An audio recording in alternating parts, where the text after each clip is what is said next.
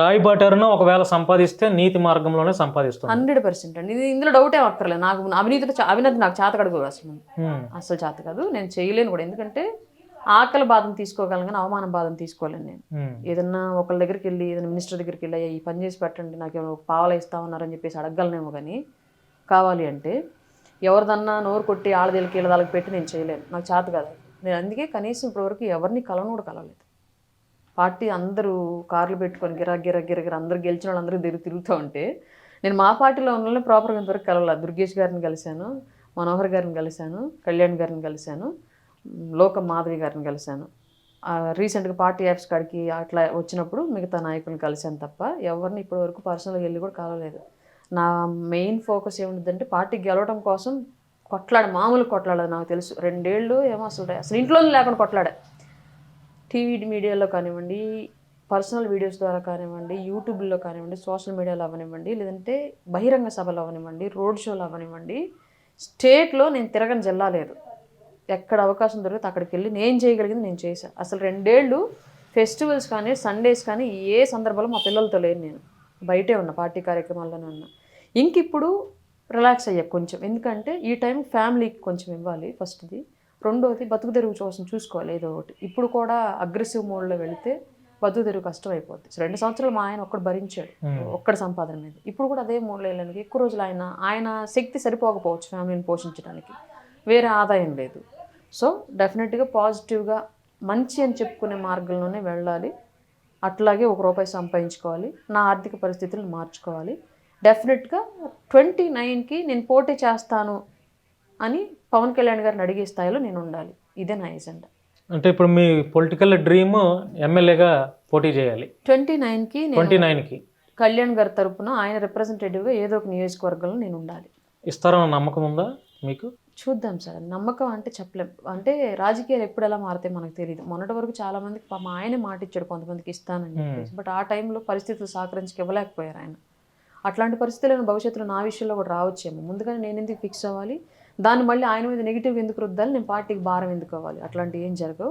కళ్యాణ్ గారు ఏది చెప్తే అది. బట్ నా యాస్పిరేషన్ అయితే చెప్తున్నాను కళ్యాణ్ గారికి అంతే. నేను 29కి పోటీ చేస్తాను, మీరు ఏ నియోజకవర్గాలు నిలబడమంటారు కదా నాకు ముందు చెప్తే నేను వర్క్ చేసుకుంటాను. ఇవి 2 అంతే. కుదరదు అంటే ఓకే, కుదరకపోయినా ఓకే, మీ వెనకాల నడవడం నాకు ఎట్లాంటి ఇబ్బంది లేదు. నాకు ఇస్తా అన్నావు కదా, నేను చేసుకున్నాను కదా, నాకు ఎందుకు ఇవ్వవు నువ్వు, అదే నథింగ్. ఆ వర్డ్స్ నా నోటి నుంచి కళ్యాణ్ గారి గురించి ఎప్పుడు వినరు. మేడం, సోషల్ మీడియాలో మీరు చూసారో లేదో ఇది ఒకటి ట్రోలింగ్ అవుతుంది. అంటే రాయపాటి అరుణ గారికి ఇప్పుడు జనసేన పార్టీ అధికారంలోకి వచ్చింది కాబట్టి మహిళా కమిషన్ చైర్పర్సన్ ఏదో పదవి ఒకటి ఇవ్వబోతున్నారనేది ఒక ప్రచారం జరుగుతుంది. మీరు ఏమైనా చూసుంటారేమో, బహుశా చూసారా? మీ నోటీస్కి ఏమైనా వచ్చిందా ఈ పదవి గురించి? కామెంట్లు పెడుతున్నారు సార్, దానికి సంబంధించి ఎలాంటి చర్చలు సంప్రదింపులు ఏమీ లేవు. అంటే ఇట్లా మహిళా కమిషన్ చైర్పర్సన్ తీసుకోవాలని అడగలేదు. మరి ఈ ప్రపోజల్ అంటే మీరు విన్నారా కనీసం ఇట్లా సోషల్ మీడియా? సేమ్ ఇది మీరు అన్నట్టుగానే వీడియోల కింద పోస్టులు వాళ్ళు వీళ్ళు మాట్లాడడం తప్ప నేను అడగలే. ఈవెన్ నన్ను ప్రొఫైల్ అడిగారు, నామినేటెడ్కి ప్రొఫైల్స్ అన్నారు. ప్రొఫైల్స్లో కూడా నేను మహిళా కమిషన్ చైర్పర్సన్ పెట్టలేదు. ఎందుకంటే ఆల్రెడీ గతంలో టికెట్లు ఆశించి డబ్బులు ఖర్చు పెట్టుకొని అటు టీడీపీ నుంచి కానివ్వండి, ఇటు జనసేన నుంచి కానివ్వండి, టికెట్లు ఆశించి డబ్బులు ఖర్చు పెట్టుకునే వాళ్ళు ఉన్నారు కొంతవరకు. ప్రజల్లో నేను వెళ్ళినంతగా వెళ్ళకపోయినా కొంత పార్టీలో వాళ్ళు డబ్బులు ఖర్చు పెట్టుకుని ఉంటారు పని చేసుకోవడానికి. అట్లాంటి వాళ్ళకి ఆ ప్రయారిటీ ఇస్తారేమో. నేను ఎందుకు అడగాలి దాని గురించి, మళ్ళీ నేను నెగిటివ్ ఎందుకు అవ్వాలి? ఒకవేళ ఆ పదవి కాకపోయినా మీకు ఇవ్వాలనుకుంటే, ఒకవేళ అంటే మీరు పెట్టిన ప్రపోజల్ ఏంటి, నాకు ఈ పదవి కావాలి అని చెప్పి? అవి లేదండి, అట్లా ఏ పదవి ఇచ్చినా తీసుకుంటారా? ఓకే, బట్ నన్ను అడిగితే నేను ఒక 5 నోటీస్ చేసి పెట్టాను. అందులో ఎస్పెషల్లీ 2 నాకు ఇంట్రెస్ట్ ఉన్నాయి పర్టికులర్గా. వద్దులేండి ఇప్పుడేం అవసరం. రేపు పొద్దున మళ్ళీ దాని గురించి ఎవరో పోటీలు పడి గొడవలు అయిపోతాయి అనవసరంగా. ఎవరికి ఇవ్వాలనుకుంటే అది అధిష్టానం నిర్ణయించింది. ఇప్పుడు మనం ఏమి ముందుగానే దాని గురించి ట్యాగ్ లైన్ వేయాల్సిన అవసరం లేదు. నేను ఒక 5 పొజిషన్స్ పెట్టాను. 5లో ఆయన ఏది ఇచ్చినా ఓకే. ఈ 5 ఇవ్వలేకపోతున్నాను, ఇది ఇస్తున్నాను, 6వది ఎక్స్ట్రా వేరేది తీసుకోన్నా ఓకే. బట్ ఏది ఇచ్చినా నేను అది అరుణకి మనం ఇది ఇవ్వడం మూలంగా అరుణ మార్క్ ఏంటో చూపించింది, మన సత్తా ఏంటో చూపించింది అనేలాగా చేస్తానే తప్ప దాన్ని హోదాగా తీసుకోలేదు. నా వల్ల కాదు. అధికార ప్రతినిధి అంటే ఓన్లీ మీడియాకే పరిమితం యాక్చువల్గా. బట్ ఈ 3.5 ఏళ్లలో నేను ఏ రోజు మీడియాకి మాత్రం పరిమితం అనుకుని పనిచేయలే. రాష్ట్రం మొత్తం తిరిగారా? ఎక్కడ గ్యాప్ ఉంటే అక్కడ పనిచేసా అంతే.